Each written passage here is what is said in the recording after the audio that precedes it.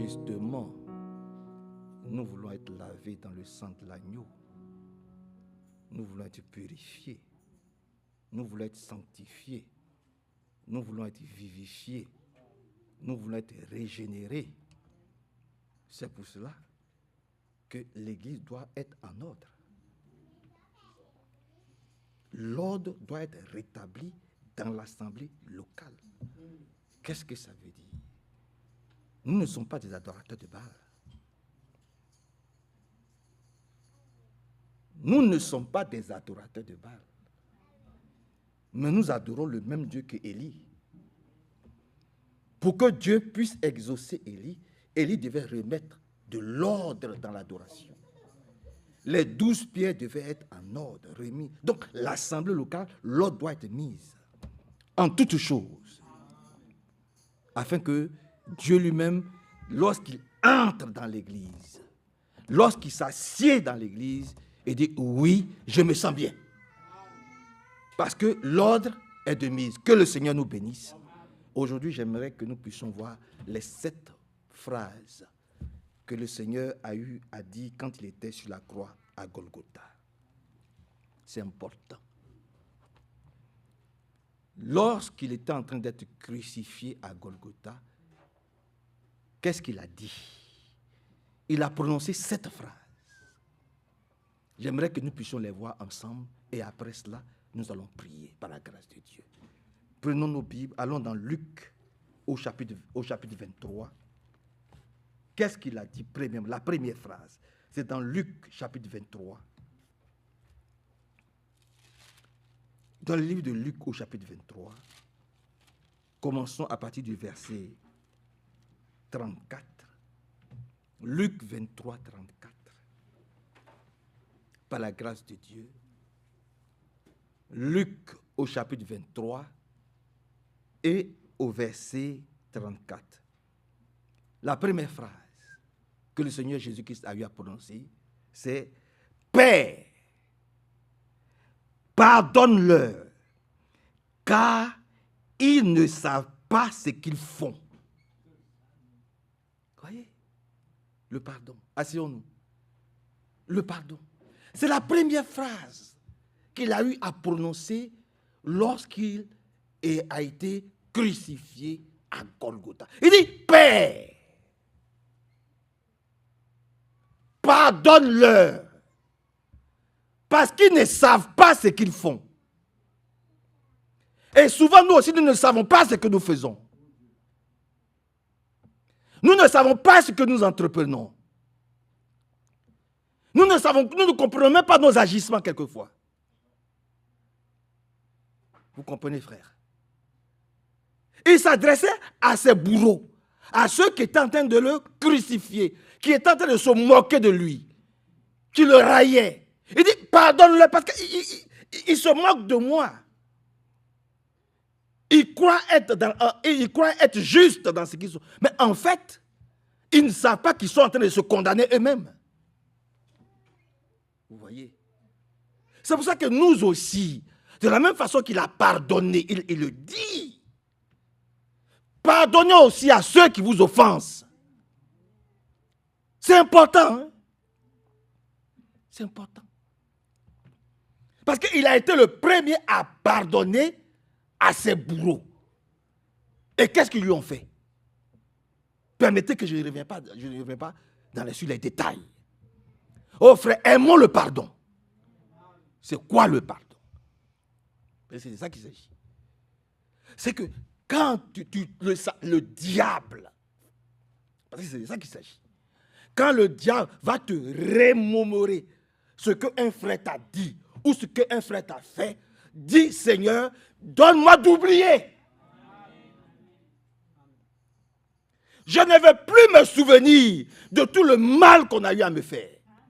Je ne vais plus me rappeler de toutes les humiliations dont j'ai dû subir dans l'église, en dehors de l'église. Seigneur, il faut que mon cœur soit blanc, pur. Que j'oublie les offenses, les humiliations, pour que je puisse être apte à recevoir toutes tes bénédictions. Oh, que Dieu nous aide, frère. Et qu'il vienne vraiment puissamment à notre secours encore aujourd'hui. Voyez-vous. Il le dit. Pardonne-leur. Parce qu'ils ne savent pas ce qu'ils font. Et souvent, nous ne savons pas, nous aussi, ce que nous faisons. On croit bien agir, mais en fait, on agit mal. Parce qu'on agit avec notre conscience. Or, il faut agir conduit par le Saint-Esprit. La chair s'assujettit aux choses de la chair. Quant à l'esprit, elle est conduite par le Saint-Esprit. Que Dieu nous aide. Et que le Seigneur nous bénisse puissamment. Quand on descend un peu, il a dit aussi quelque chose qui est très puissant là-bas, toujours dans le chapitre 23, à partir du verset 43. Regardez ce qu'il dit. Après le pardon, il a dit quelque chose de très puissant. Il dit, on peut même lire pour voir le contexte. Verset 39. L'un des malfaiteurs suspendus en croix blasphémait contre lui. Vous comprenez, frère? Tous péchés seront pardonnés. Mais le blasphème contre le Saint-Esprit ne sera pas pardonné. Ne l'oublions pas. Le blasphème contre le Saint-Esprit ne sera pas pardonné. Ni aujourd'hui, ni demain. Et ici, il dit, l'un des malfaiteurs suspendus en croix blasphémait contre lui. N'es-tu pas le Christ? Sauve-toi, toi-même, et sauve-nous. Voyez-vous, quelquefois aussi nous parlons comme ça. Et ça, c'est grave. C'est un blasphème. N'es-tu pas le Seigneur? Tu ne m'as pas choisi. Mais pourquoi je souffre tant? Toujours en train de faire des comparaisons avec les autres. N'es-tu pas le Christ? N'es-tu pas mon Dieu? Ne m'as-tu pas choisi? Est-ce que je ne suis pas avec toi? Mais écoutez, frère, beaucoup de croyants font cette erreur, croyant que parce qu'ils sont devenus chrétiens, alors les souffrances, c'est pas vrai. C'est faux. Si quelqu'un te dit ça, c'est faux. Prenez seulement la vie de frère Branham. Prenez la vie de frère Franck. Amen. Je ne cite que ces deux-là. À qui Dieu a parlé audiblement. Regardez leur vie. Quand le Seigneur te choisit, c'est une vie de combat. Amen. C'est une vie de combat. Ce n'est pas une vie de légèreté, une vie de facilité. Donc, très souvent, nous avons aussi ce langage-là. Comme je suis une fille de Dieu, alors tout ce que je dis, Dieu doit s'exécuter immédiatement. Non, il va s'exécuter quand lui-même l'aura choisi et quand lui-même l'aura décidé. Dis amen à cela. Donc, il blasphémait. Voyez-vous. Il blasphémait contre le Seigneur. Il dit, sauve-toi toi-même. Mais le Seigneur l'a dit. Il dit, mais je peux tout de suite appeler une couac d'ange. Mais à cause de vous. Amen. Quand il dit à cause de vous, ça veut dire à cause de toi. Hein, frère Bernard? À cause de toi, à cause de moi, à cause de nous. Parce qu'à Golgotha, il nous voyait déjà. Nous tous, il nous voyait déjà. Alléluia. Alors il dit, à cause de nous, il faut qu'il passe par là. Alléluia. Que Dieu soit loué. Et au verset 40, il dit, mais l'autre lui fit des reproches. L'autre a repris. Le deuxième malfaiteur s'est mis à reprendre le premier malfaiteur qui blasphémait. Voyez-vous. Il dit, ne crains-tu pas Dieu, toi qui subis la même condamnation? Ne craignons pas Dieu, nous qui subissons les mêmes souffrances que lui. Si du moins, nous acceptons de souffrir un peu pour le Seigneur. Alléluia. Ah oui. La Bible dit, puissiez-vous supporter un peu d'injustice. Et il poursuit, vous n'avez pas souffert jusqu'au sang. Mais lui, il a souffert jusqu'au sang. Il dit, puissiez-vous supporter un peu d'injustice. Vous n'avez pas souffert jusqu'au sang. Vous comprenez? Donc, l'autre, il s'est mis à reprendre celui qui blasphémait contre le Seigneur Jésus-Christ. Pour dire, tu ne crains pas Dieu. Mais cette question qui nous est posée, nous ne craignons pas Dieu. Nous qui aimons bien nous plaindre de ce que Dieu tarde. Dieu ne tarde pas. C'est écrit comme ça. Il dit, Dieu ne tarde pas dans l'accomplissement de ses promesses. C'est comme ça c'est écrit. Dieu ne tarde pas. Alléluia. Et ne crains-tu pas Dieu? Et cette question nous est posée. Ne craignons-nous pas Dieu? Nous qui blasphémons. Nous qui pensons que, comme on est assis ici, ou comme on est debout ici, alors il doit faire tout ce que nous lui demandons de faire, quand nous le voulons, quand nous le souhaitons. Seigneur, aie pitié de moi. Aie pitié de nous, Seigneur. Viens à notre secours. Viens à notre aide. Et ne crains-tu pas. Oh frère, ayons un peu de crainte du Seigneur. Voilà un brigand. En principe, le brigand, il ne craint rien. Mais comment c'est fait dire que c'est de sa bouche que sort ce mot? Mais ne crains-tu pas Dieu? Il répond, mais toi, tu ne crains pas Dieu, toi? Tu ne crains pas Dieu? Et c'est comme ça que toi et moi, nous devons parler à ceux qui rejettent la parole de Dieu, qui refusent de venir dans leur assemblée locale. Tu dois pouvoir lui dire, mais toi, tu ne crains pas Dieu. Toi qui t'opposes à ce que Dieu dit, tu ne crains pas Dieu. C'est de ça qu'il s'agit. Seigneur, viens à notre secours encore aujourd'hui. Donc, il a dit, par la grâce de Dieu, verset 41, pour nous, c'est justice, car nous recevons ce qu'ont mérité nos actes. Mais c'est vrai, frère. Tout ce qui nous arrive, c'est justice. Quelque part, nous avons fauté. Et nous fautons toujours. Amen.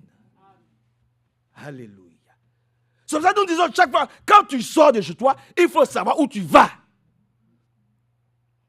Il faut savoir ce que tu dis. Il faut confier ta journée au Seigneur. Et bien la confier. Amen. Il faut remettre tes responsables dans les mains du Seigneur. Il faut remettre tes collègues de service dans les mains du Seigneur. Il faut remettre ton travail dans les mains du Seigneur. Il faut remettre ta vie, ta journée dans les mains du Seigneur. Parce que lui, il sait, dans 10 minutes, dans 1 heure, il sait ce qui peut arriver. Toi, tu ne le sais pas. Amen. Que Dieu soit loué, glorifié, exalté. Donc, la Bible dit, quelque chose arrive-t-il que Dieu ne l'ait permis? C'est pas comme ça c'est écrit. Quelque chose arrive-t-il que Dieu ne le permet? Dieu il permet ce qui t'arrive. Amen. Donc, acceptons. Et remettons-nous dans ses mains et disons, Seigneur, vraiment, tu es le seul maître de mon existence. Fais comme tu le décides. Amen. Vous êtes là. Avançons un peu. Par la grâce de Dieu. Il dit, pour nous, c'est justice. Car nous recevons ce qu'ont mérité nos actes. Mais celui-ci n'a rien fait de mal. Mais comment sait-il que Jésus-Christ n'a rien fait de mal? Comment le savait-il? C'est ça la question. Voilà les paroles d'un brigand. Comment savait-il que Jésus-Christ n'a rien fait de mal? Oh, il devait avoir quelque chose de bon dans ce monsieur. Oui. Ne jugeons jamais par l'apparence. Et que Dieu nous aide, nous tous. Avançons par la grâce de Dieu. Maintenant, viens. Et il dit, Jésus, souviens-toi de moi quand tu viendras dans ton règne. Ce n'est pas ce que nous disons nous tous. C'est ce que nous disons quand tu te lèves le matin, quand tu as fini de faire ta... Seigneur, si c'est ton jour de revenir aujourd'hui, souviens-toi de moi. Mais il n'y a pas beaucoup de chrétiens qui le disent. Il n'y a pas beaucoup de chrétiens qui le disent. Il se lève, il fait sa petite prière, il mange, il s'en va. Mais à tout moment, le retour du Seigneur, c'est-à-dire, ni toi, ni moi, nous ne savons. Donc, Seigneur, souviens-toi de moi. Dans ton retour, là, ici, comment c'est écrit? Par la grâce de Dieu. Alléluia. Seigneur Jésus, souviens-toi de moi quand tu viendras dans ton règne. Amen, mon frère Ben. C'est comme ça que nous prions, c'est comme ça que nous parlons. Chaque jour qu'il nous donne, Seigneur, souviens-toi de moi quand tu reviendras. Parce que je ne sais ni le jour, ni l'heure. Alors souviens-toi de moi. Souviens-toi de moi. Maintenant, regardez la réponse maintenant du Seigneur, par la grâce de Dieu. Regardez comment le Seigneur dit. Je dis en vérité, c'est-à-dire ce que je te dis là, ça va trouver son accomplissement, c'est vrai. Il dit en vérité, je te l'ai dit aujourd'hui, tu seras avec moi dans le paradis. Amen. Voilà la deuxième parole du Seigneur. Je te le dis aujourd'hui, en vérité, tu seras avec moi dans mon paradis. Tu vas rentrer avec moi. Le Seigneur lui a dit ce que tous les hommes et ce que toute personne censée veut entendre. Et c'est ça qui doit être ta recherche pour le Seigneur. Mais une rencontre avec ton Dieu, il faut que Dieu te dise. Aujourd'hui même, tu vas rentrer avec moi dans mon royaume. Tu es un élu, tu viendras avec moi. Tu n'es pas un perdu. Alléluia. Oh, que Dieu nous bénisse, frère. Il faut que Dieu te le dise. Il faut que Dieu me le dise. Il parle encore aujourd'hui. Il dit, aujourd'hui même, comme tu m'as reconnu comme ton Seigneur et ton Sauveur, comme tu as dit, mais ce qui t'arrive, tu le mérites. Il n'y a pas beaucoup de chrétiens qui le disent encore aujourd'hui. Ils se plaignent tout le temps. Pourquoi moi? Pourquoi ça tombe sur moi? Pourquoi c'est toujours moi? Dans leur cœur, c'est que des plaintes, que des plaintes. Ils ne sont jamais contents de la façon dont Dieu les traite. Mais comment voulez-vous que nous puissions être bénis si nous ne sommes pas satisfaits de la vie que Dieu nous donne de mener? Vous êtes là avec moi.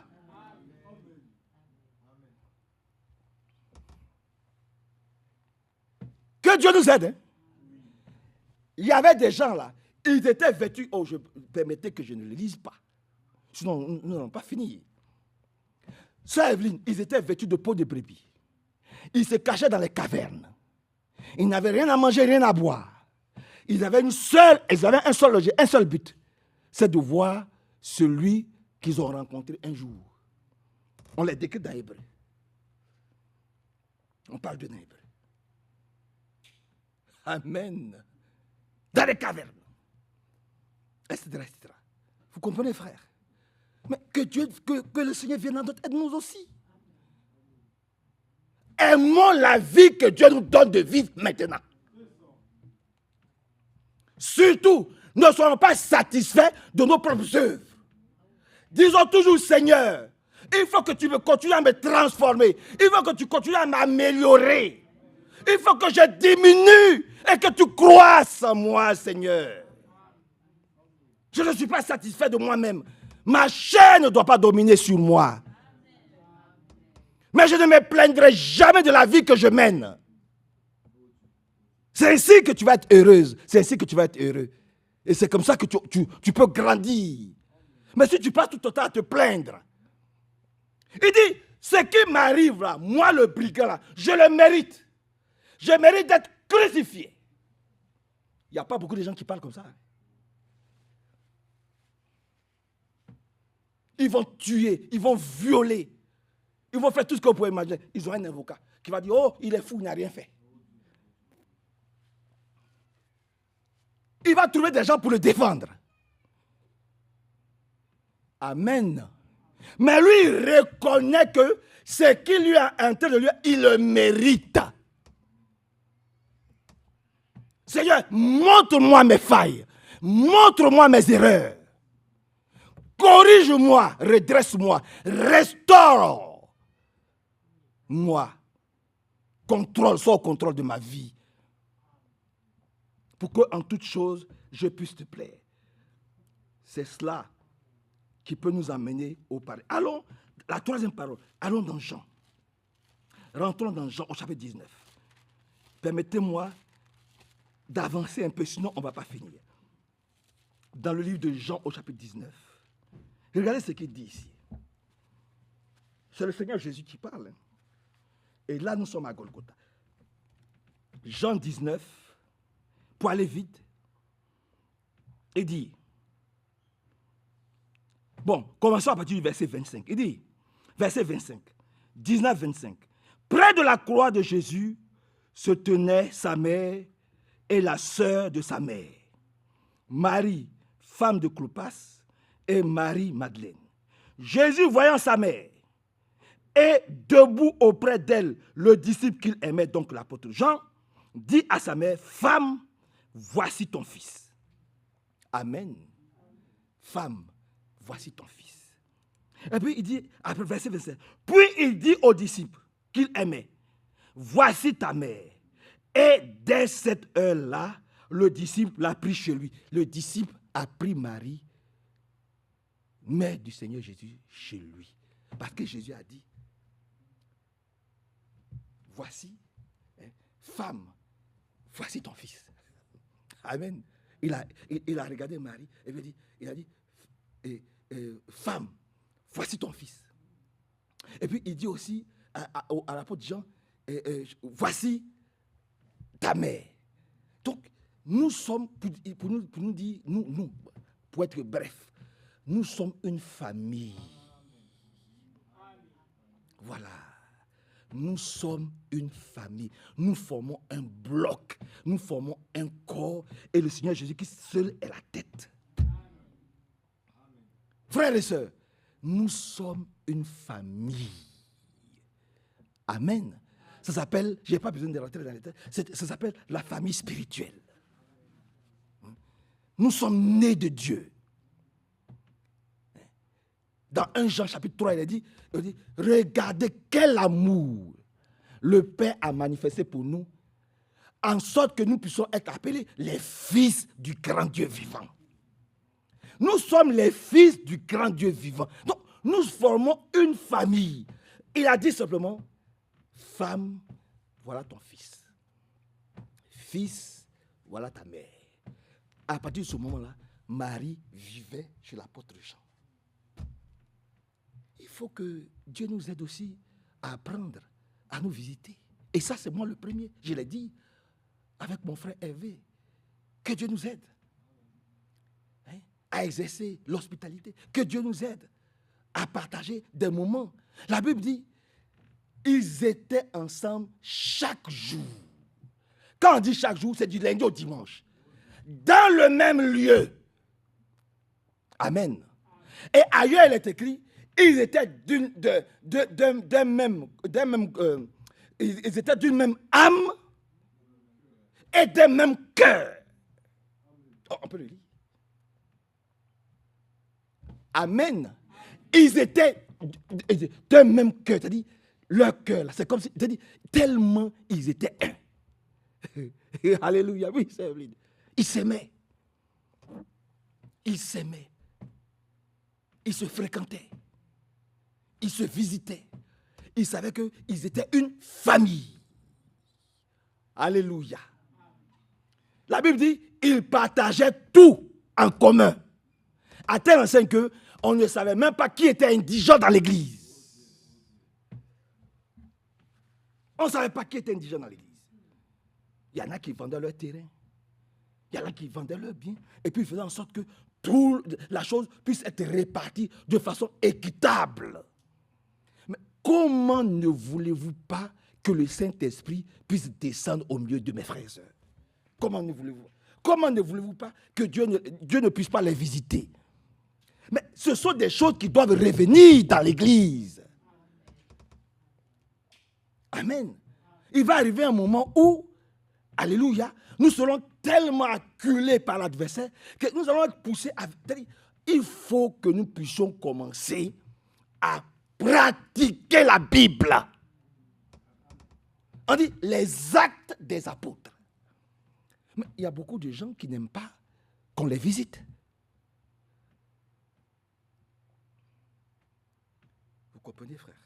Il y en a qui n'aiment pas qu'on les visite.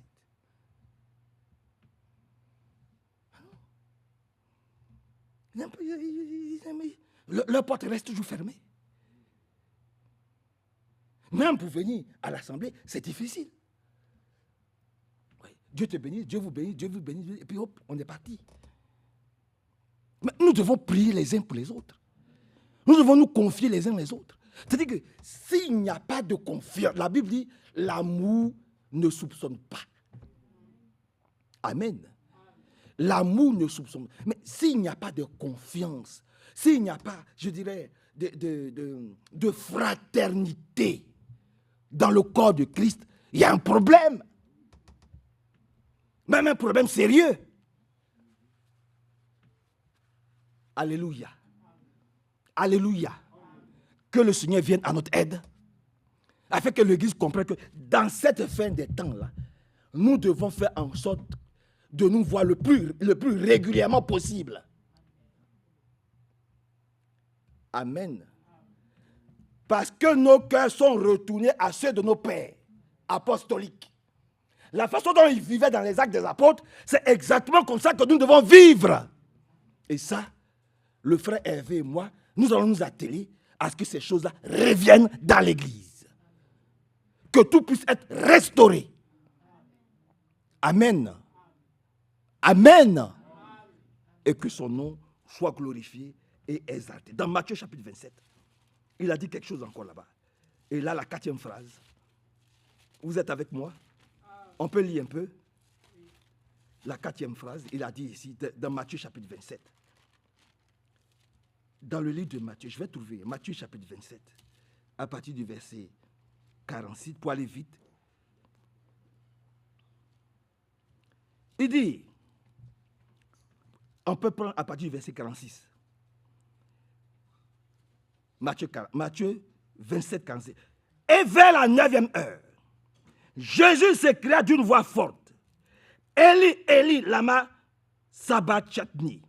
C'est-à-dire, mon Dieu, pourquoi m'as-tu abandonné? Voyez, quelquefois nous aussi, nous agissons ou nous nous comportons ou nous avons l'impression que Dieu nous a abandonnés. Mais en ce moment-là, il devait accomplir l'œuvre ou l'acte pour lequel il est venu ici. C'est-à-dire, il devait être crucifié pour que toi et moi nous ayons la vie. Dis amen à cela. Je n'ai pas entendu. Que le Seigneur nous bénisse. Et pour répondre à ça, allons dans 2 Corinthiens, au chapitre 5. Pour répondre à cela, allons dans 2 Corinthiens. 2 Corinthiens, au chapitre 5. Paul en parle, 2 Corinthiens 5. 2 Corinthiens 5. Regardez ce qui est dit ici. Paul répond bien à cela. 2 Corinthiens 5, on peut commencer à partir du verset 21. Même on peut commencer à partir du verset 20. Il dit, 2 Corinthiens 5, 20. Nous sommes donc ambassadeurs pour Christ, comme si Dieu exhortait par nous. Nous vous en supplions, au nom de Christ, soyons réconciliés avec Dieu. Dis Amen. Maintenant vient la chose. Celui qui n'a pas connu le péché, il l'a fait devenir péché pour nous, afin que nous devenions en lui justice de Dieu.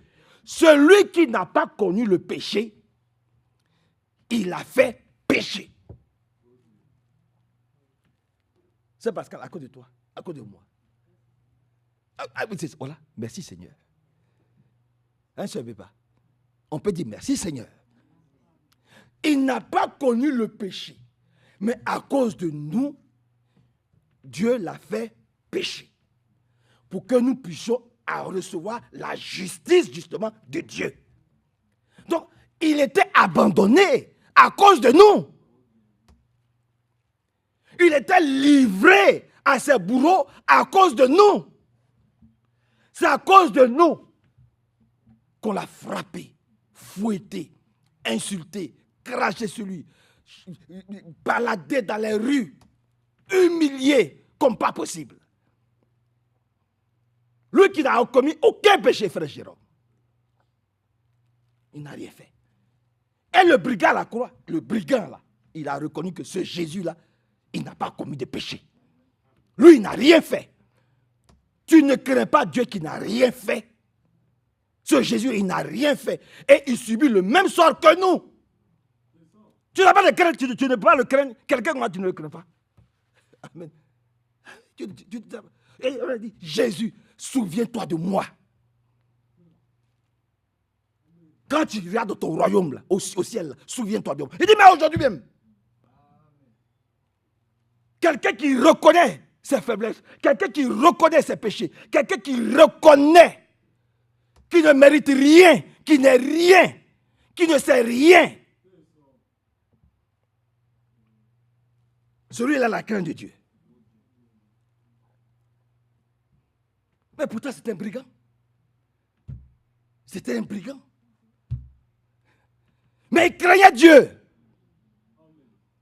Mais craignons Dieu, frère. Parce qu'il n'a jamais péché. Il ne connaît pas le péché. Dieu l'a fait pécher. À cause de nous. C'est pour ça qu'il s'est crié, mon Dieu, pourquoi m'as-tu abandonné? Il a crié, mon Dieu, pourquoi m'as-tu abandonné?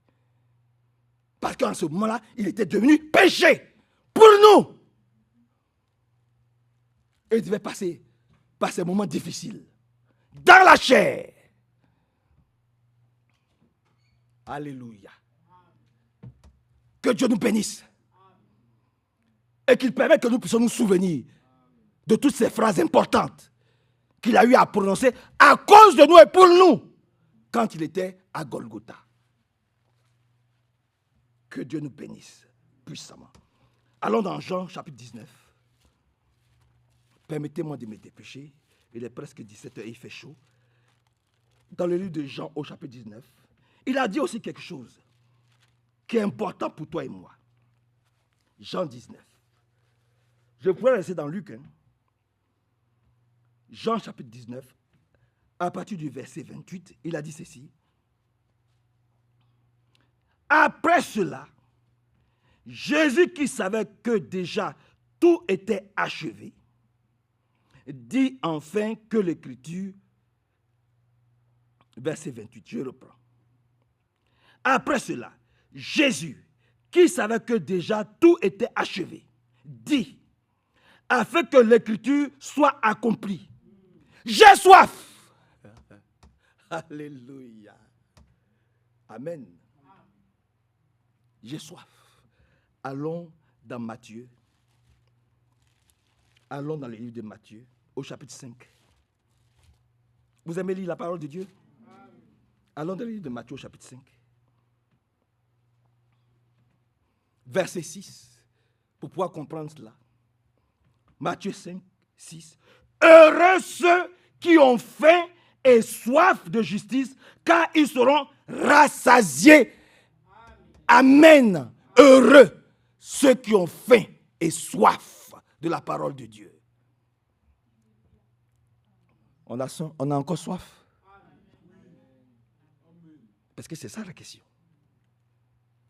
Parce qu'il faut toujours ramener la chose à soi.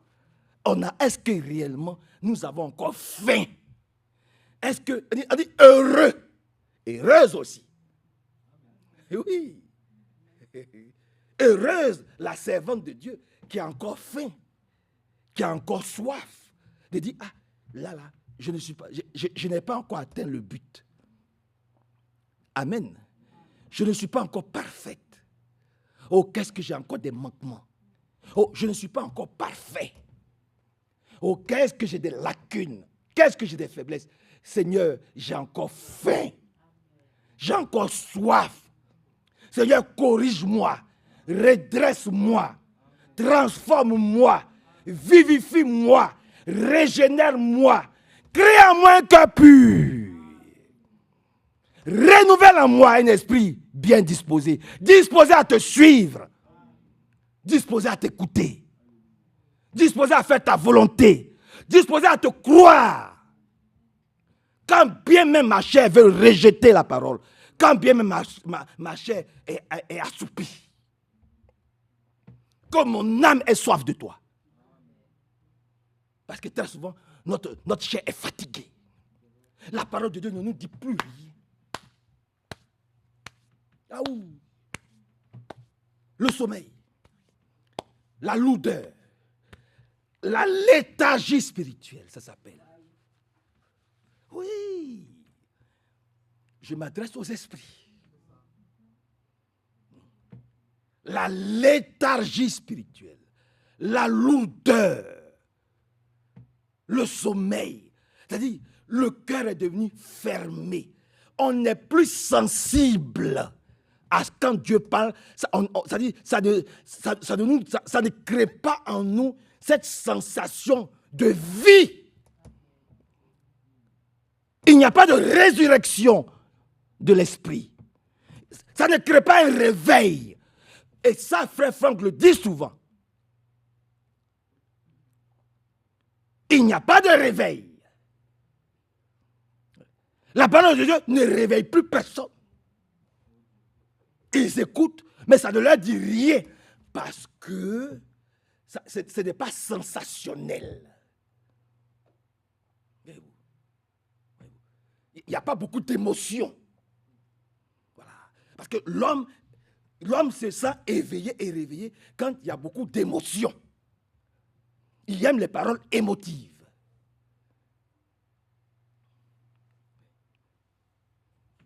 C'est pour ça qu'ils l'ont tué. Parce qu'il leur disait la vérité. Il ne l'aimait pas, le Seigneur Jésus-Christ.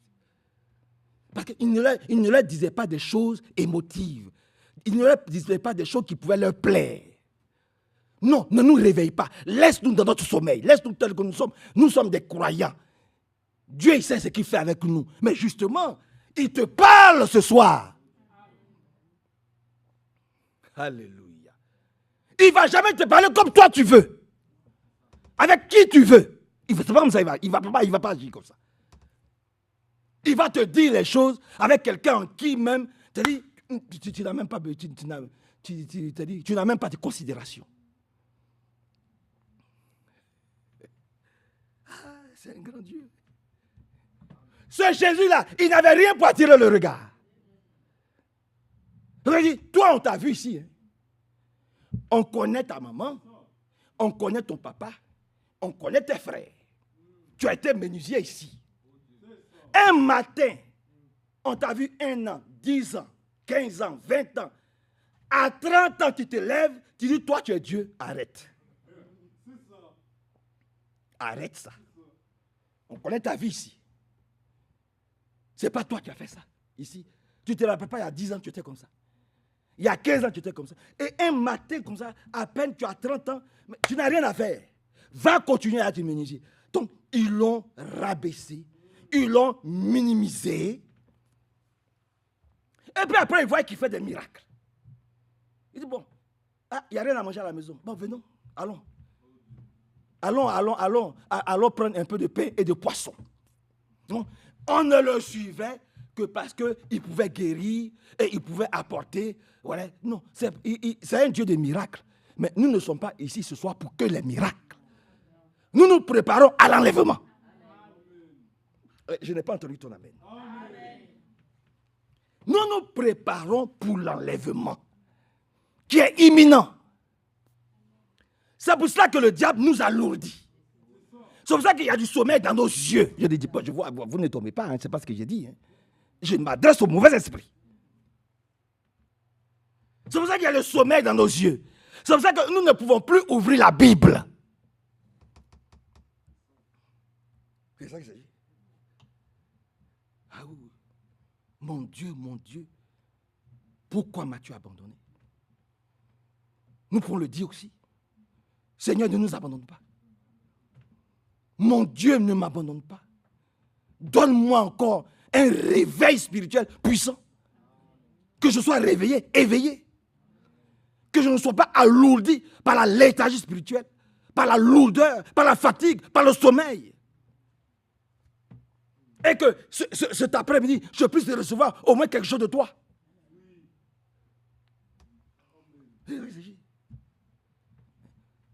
Un vrai chrétien, il ne cherche pas du sensationnel. On va te parler de Moïse, on va de versets bibliques, on rentre ici, on sort là, on remonte ici. Oh, qu'est-ce que c'est beau, nous aimons tout cela. Mais quand on sort, ça nous apporte quoi? Rien. Nous voulons des prédications qui t'amènent à réfléchir,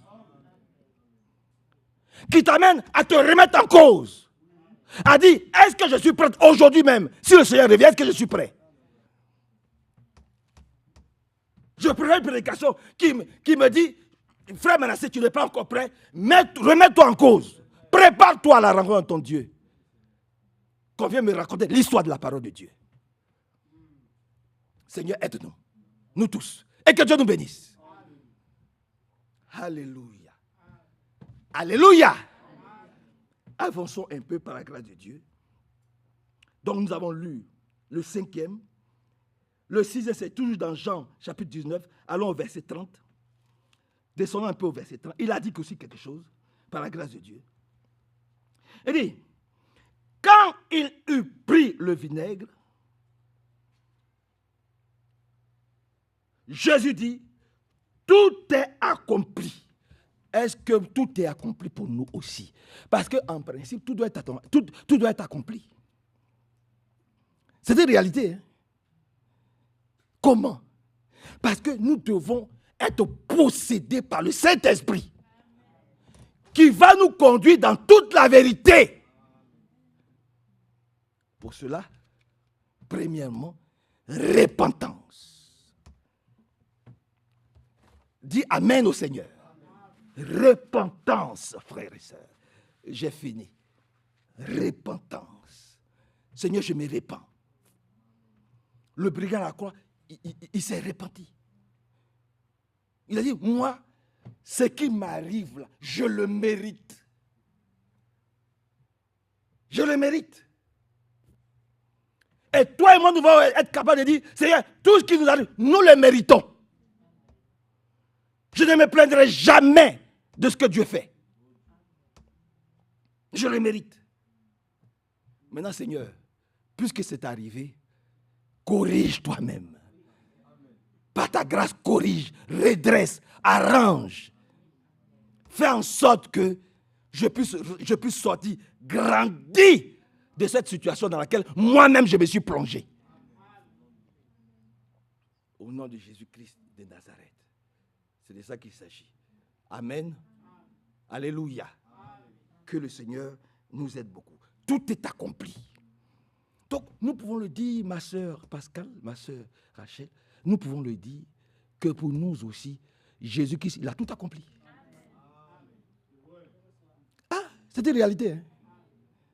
Tant pis pour ceux qui croient que moi, ma vie, bon, je vis, je marche, mais il y a beaucoup de choses qui ne sont pas encore réalisées. Donc non, pour nous, tout est accompli. C'est-à-dire, toutes ces promesses s'accomplissent en nous.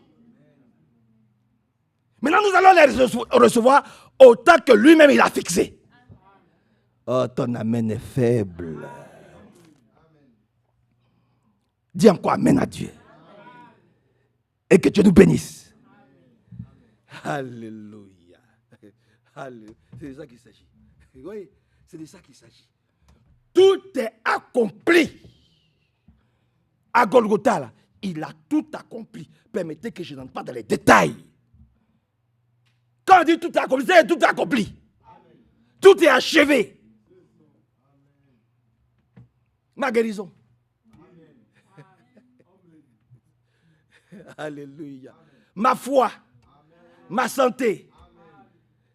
Tout Tout est dedans, tout est accompli. Voilà comment toi et moi nous comprenons la chose. Mais quelqu'un qui n'accepte pas ça, c'est que lui-même, c'est-à-dire que lui-même, le diable lui lance, et puis lui-même il s'enchaîne. Il s'enchaîne lui-même. Voilà. Et puis il est là. Oh, mais je suis enchaîné. Mais rien avant la même. Mais tu t'arrêtes. Le Seigneur te dit, il a tout ce que tu veux, tout est accompli. C'est de ça qu'il s'agit. Amen. Hein, mon frère Jérôme, tout est accompli. Donc, nous marchons par la voie. Quand tu dis, Seigneur, il a dit à son serviteur, toute parcelle de terre que ton pied, ça t'appartient.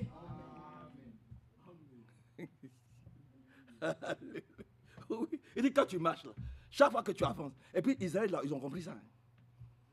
Israël, ils ont compris ça. Il dit, ils vont conquérir Gaza, hein, et ils vont le faire. Petit pays. Voilà l'Iran. Voilà l'autre pays. Mais ils bombardent l'Iran, ils reviennent, hein, tranquilles. Mais ils savent en qui ils ont cru. Regardez à Israël, petit pays. Et regardez l'Iran. La population de l'Iran, multipliez ça 4 fois, 10 fois. Les militaires de l'Iran, multipliez ça 100 fois. Mais ils bombardent, et puis ils reviennent. Puis il n'y a rien. Voilà. Parce qu'ils savent que tout est accompli pour eux. Ils savent qui ils sont. Le peuple de Dieu. Ils savent que cette terre-là, c'est pour eux. Et qu'ils doivent conquérir cette terre. Amen. Donc, ils se comportent en tant que tels.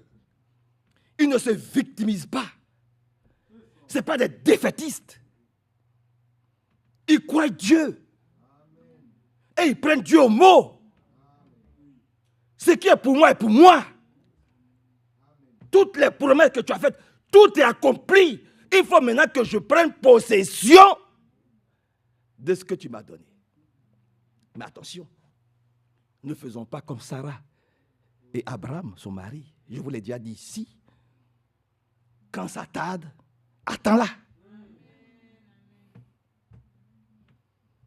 Comme ça traînait, Dieu l'a dit, certainement, quand je reviendrai, tu auras un fils. Sarah s'est mise à rire. Elle dit, ah, ta servante dans cet état-là. Elle dit, oui, pourquoi Sarah rit? Mais elle ne sait pas qui lui a fait la promesse. Mais tout était accompli aussi. Quand il a dit là, c'était déjà accompli. Vois, ta main est faible, frère. Et que Dieu vous bénisse. Nous sommes en train de parler de tout accompli.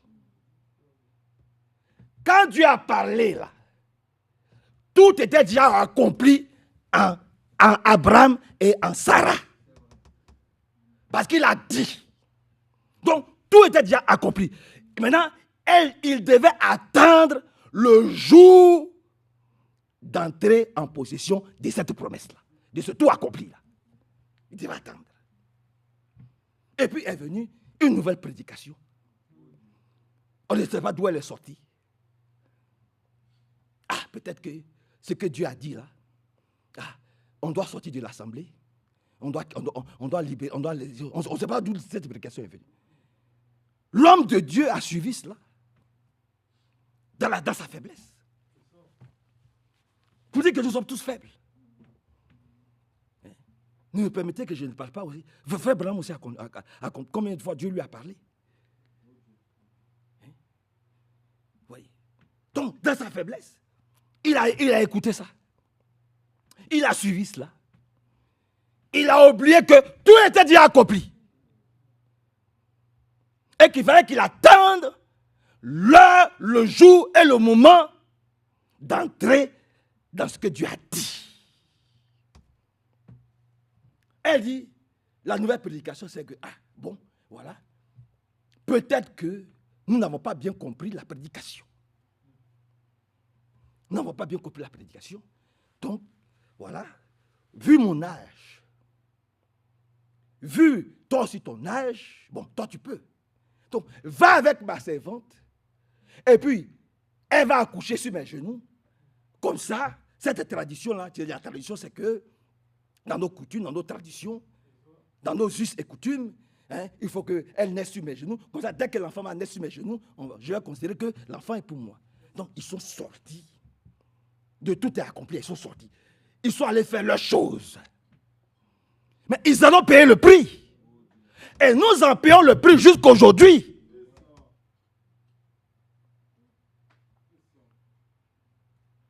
Mais cela ne veut pas dire que nous ne sommes pas sauvés. Nous sommes sauvés. Ce n'est pas parce qu'Abraham allait écouter un autre message qu'il a induit en erreur qu'Abraham est sauvé. Parce qu'après cela, après toutes les difficultés qu'ils ont eu à comprendre avec le fils d'Agar, c'est Ismaël, tous les problèmes qu'ils ont eu, qui ont suivi, Dieu a tenu sa promesse. Dieu a tenu sa promesse. Un matin, elle voit son ventre sort comme ça. Elle est étonnée. Elle dit, ah, mais si je savais, je serais resté tranquille. Hein. Donc j'ai souffert, j'ai été persécuté, je suis passé là, je suis allé là, je suis allé encore à gauche, je suis encore allé à droite. Tout ça pour ça. Donc, ce que Dieu a dit là, c'est ça alors. Mais il fallait que je me calme. Il fallait que j'attende la promesse. Parce que tout est déjà accompli. Dis encore Amen.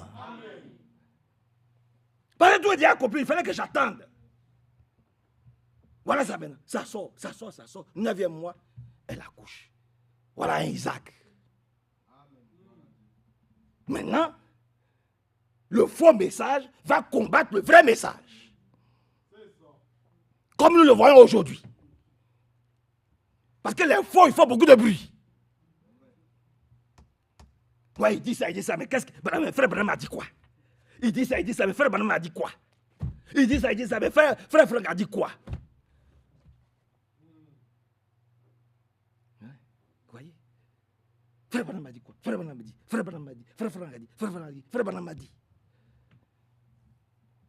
Ils n'attendent pas le temps de Dieu. Amen. Ce jour-là, à la Pentecôte, la réception du baptême, c'est tout le monde qui a reçu, c'est dans le même lieu. Amen. De la même façon. Il n'y a pas un qui a reçu ça d'une manière, un autre a reçu ça d'une autre manière. Non, eux tous, le Seigneur est comme des langues de feu, sur eux tous, en même temps. Que le Seigneur nous bénisse. Que le Seigneur nous bénisse. Ah, il faut savoir attendre son temps. Je parle à quelqu'un. Il faut savoir attendre son temps. Il faut être convaincu de ce qu'on fait.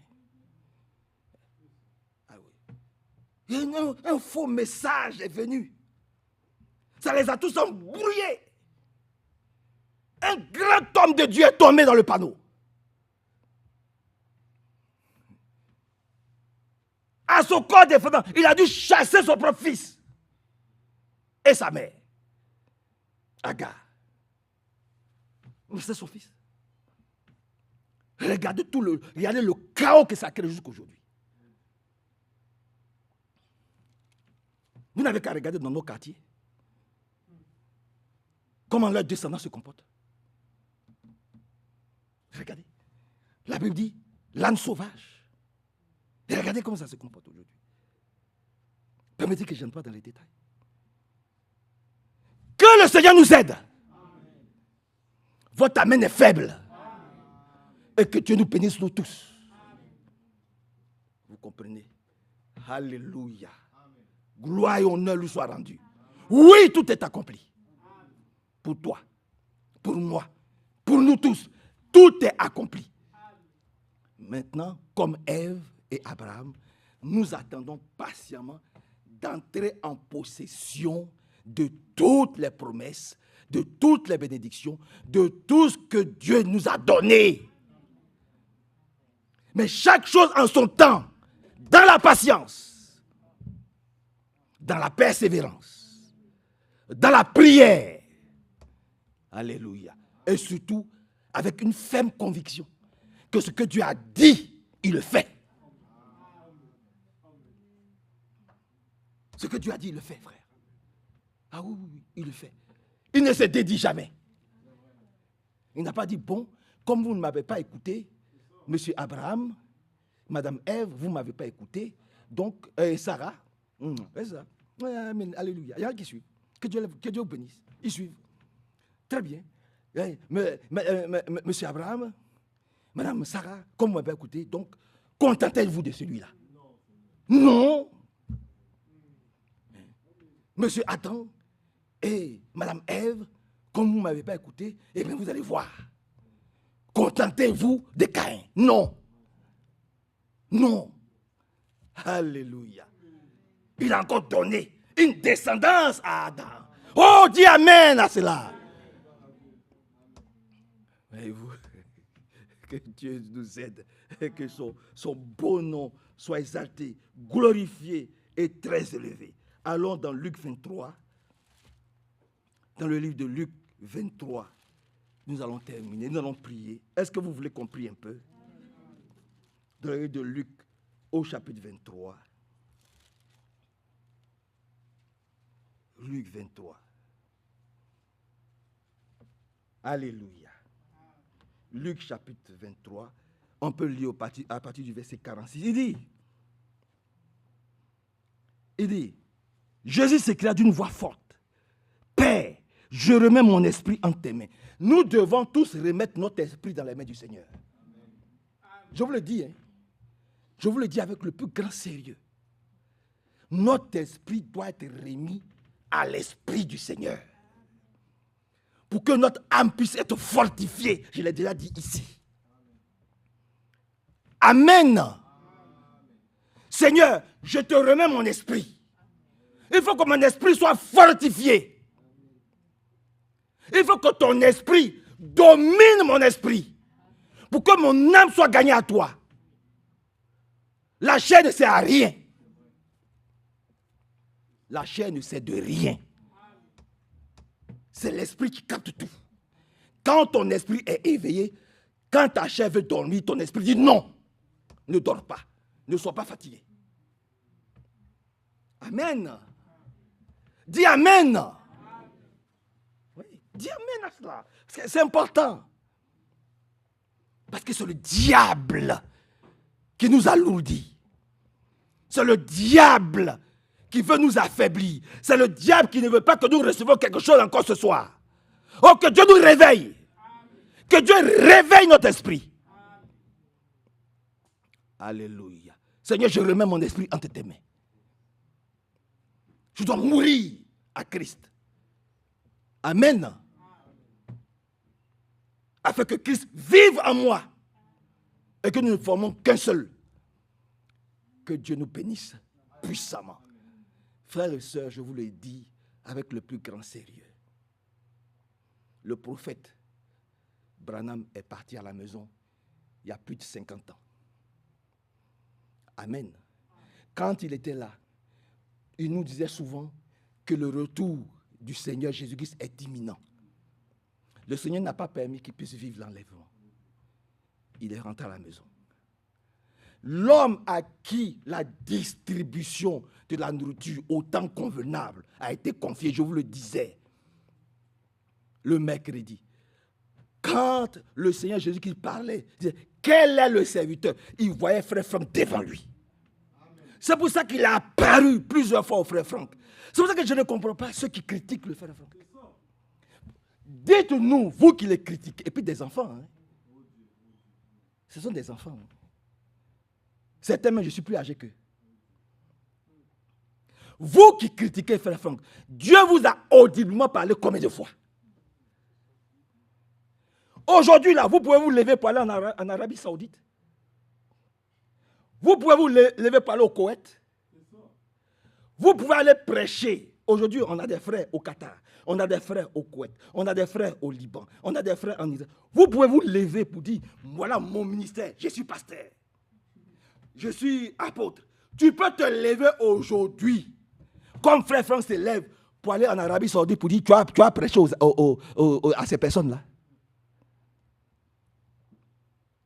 C'est seulement.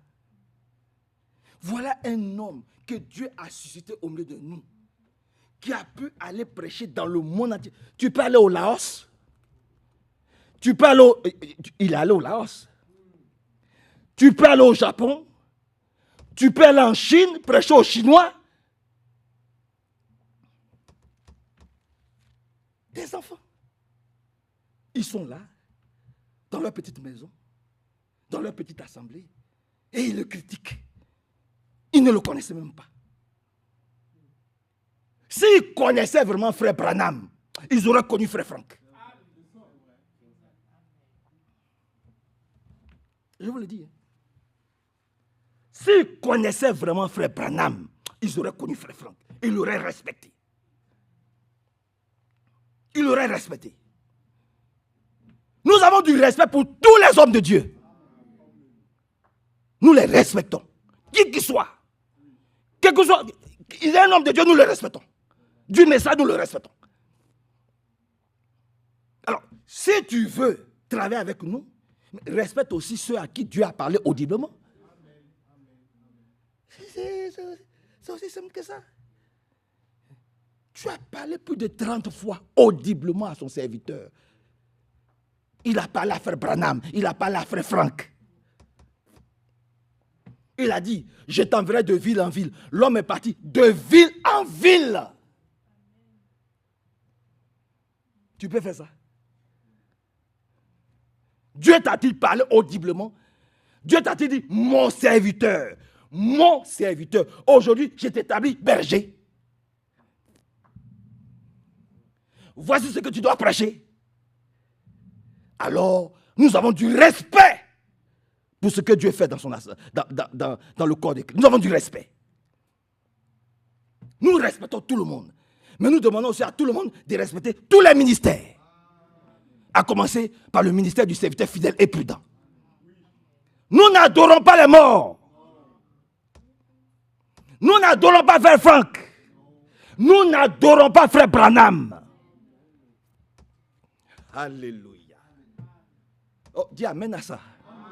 Nous n'adorons pas Frère Franck. Nous n'adorons pas Frère Branham. Nous adorons Jésus-Christ. Alléluia. C'est lui, notre époux. C'est lui que nous servons. Mais nous savons que de la même façon que ceux qui ont marché avec Moïse, parce que c'était Moïse qui avait été appelé. Dis amen. Moïse avait été appelé. Moïse a reçu un message qui était d'aller libérer, délivrer le peuple de Dieu en Égypte. Quand Moïse est parti, permettez-moi que je n'aille pas dans les détails. Quand Moïse est parti, Dieu a suscité qui? Un Josué. Amen. Et à côté de ce Josué, il y avait un Caleb. Amen. Mais il y avait aussi des Corée, des Dathan, des Abiram, des Jambres qui étaient là. Qui disaient, mais toi Moïse là, es-tu le seul à qui Dieu parle et que Dieu a établi? Tu es le seul.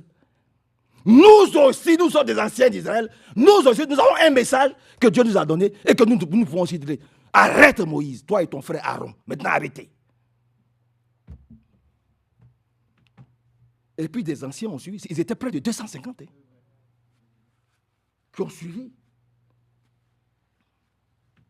Qui les ont suivis. Et qui ont créé le désordre dans le camp.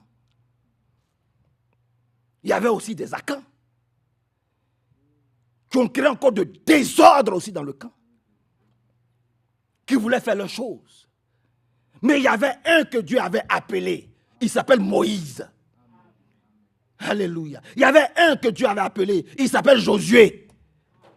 Comme il y a un que Dieu a appelé, il s'appelle William Marion Branham. Il n'y a pas de 8e messager. Ça n'existe pas.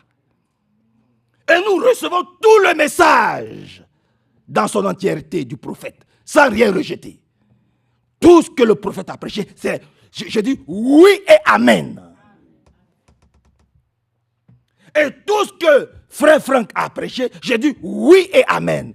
Parce que ce jour-là, ce 25 décembre, Dieu lui a audiblement parlé pour dire, ton temps est arrivé où je t'enverrai de ville en ville pour aller distribuer la nourriture. Dieu t'a-t-il dit ça?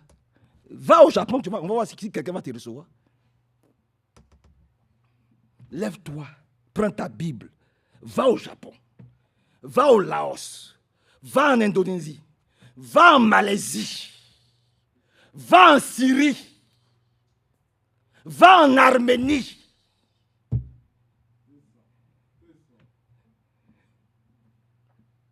On va voir si quelqu'un va te recevoir. On va voir si tes prédications vont passer en Arabie Saoudite. Frère Franck, ces prédications passent en Arabie Saoudite, à la télévision. Va à tes prédications, on va voir si tes prédications vont passer en Arabie Saoudite, dans ces pays musulmans. Donc, il faut arrêter à certains moments de s'attaquer à l'inattaquable.